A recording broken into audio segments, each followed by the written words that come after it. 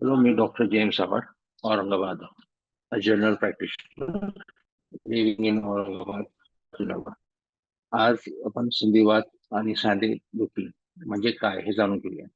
संधिवात ही एक व्यापक संज्ञा आहे, जिचा अर्थ सांध्यामधील दाह. यामुळे सांध्यामधील वेदना आणि सांध्यामध्ये हालचालीवर मर्यादा या गोष्टी होतात. 100हून अधिक प्रकारचे संधिवात आहेत, ज्याचे कारण आणि उपचार वेगवेगळे असतात. त्यापैकी मुख्य प्रकारचे संधिवात म्हणजे आंकोलायझिंग आर्थरायटिस, गाउट, ज्युव्हेनाइल इडिओपॅथिक आर्थरायटिस, ओस्टिओआर्थरायटिस म्हणजे गुडघ्यांचं संधिवात आणि रुमॅटॉइड आर्थरायटिस.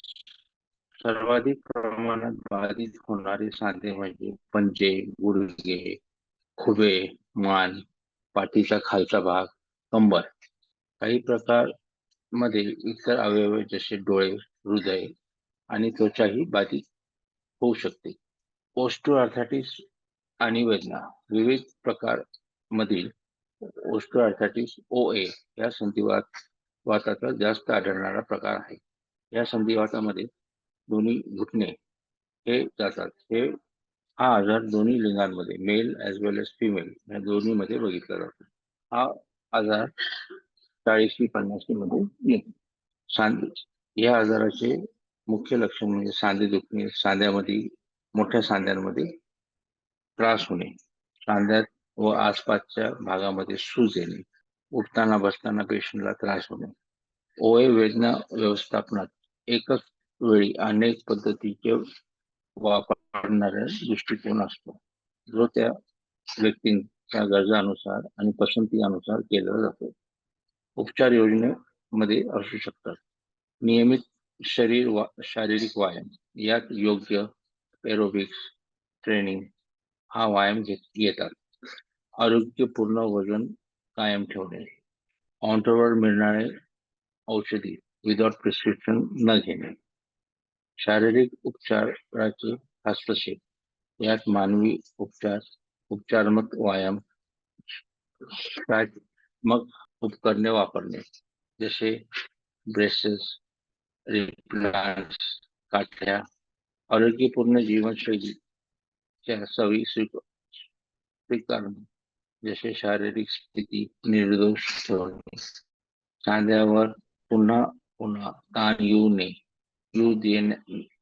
न देण्याचे टाळणे, सांध्यामध्ये सहाय्यक कार्य करणे आणि ऑर्गॅनिक सुधारणा अंमलात आणणे. शस्त्रक्रिया हा शेवटचा पर्याय. याच्यामध्ये सांधे रोपण हे केले जाते. अस्थिसंधिवात ही एक तीव्र आणि व्यवस्थापन करण्याची योग स्थिती आहे. आरोग्य निगा तज्ञांच्या सहाय्याने आणि व्यक्ती विशिष्ट उपचार योजना बनवण्याने लक्षणे कमी होण्यास आणि व्यक्तीला OA असूनही जीवन जगण्याचे सबल कारणास मदत होऊ शकते.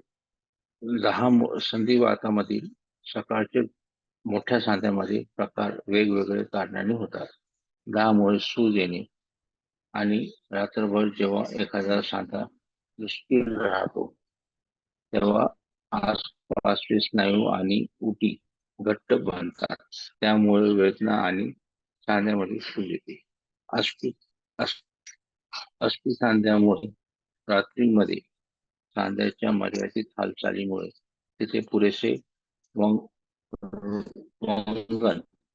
पोहोचत नाही, ज्यामुळे जॉईंट आणि सांध्याला आवश्यक असलेले व्यंगन मिळत नसल्याने बहुधा 30 मिनिटं त्याहून कमी वेळात कानिट्य कमी होत जाते.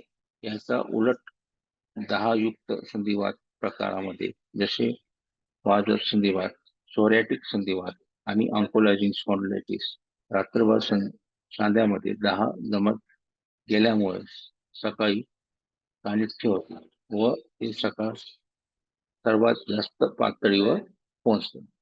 याशिवाय दाहयुक्त संधिवातामध्ये रोगप्रतिकार संध्या आणि सांध्याचा आवरणावर हल्ला करते, त्यामुळे तो दाहमुक्त होतो आणि सुचतो.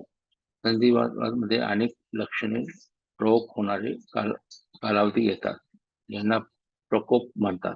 विशेषतः सकाळच्या सांध्या प्रसंग विशेष त्रासदायक असतात, ज्यामुळे दिवसाची सुरुवात वेदनानीच होते. तर अनेक योजना कमी होण्यासाठी आणि या घटना कमी पातळीवर आणण्यास मदत होते, ज्यामुळे व्यक्ती त्याच्या लक्षणाच्या व्यवस्थापनात अधिक परिणामकारकपणे करू शकतात.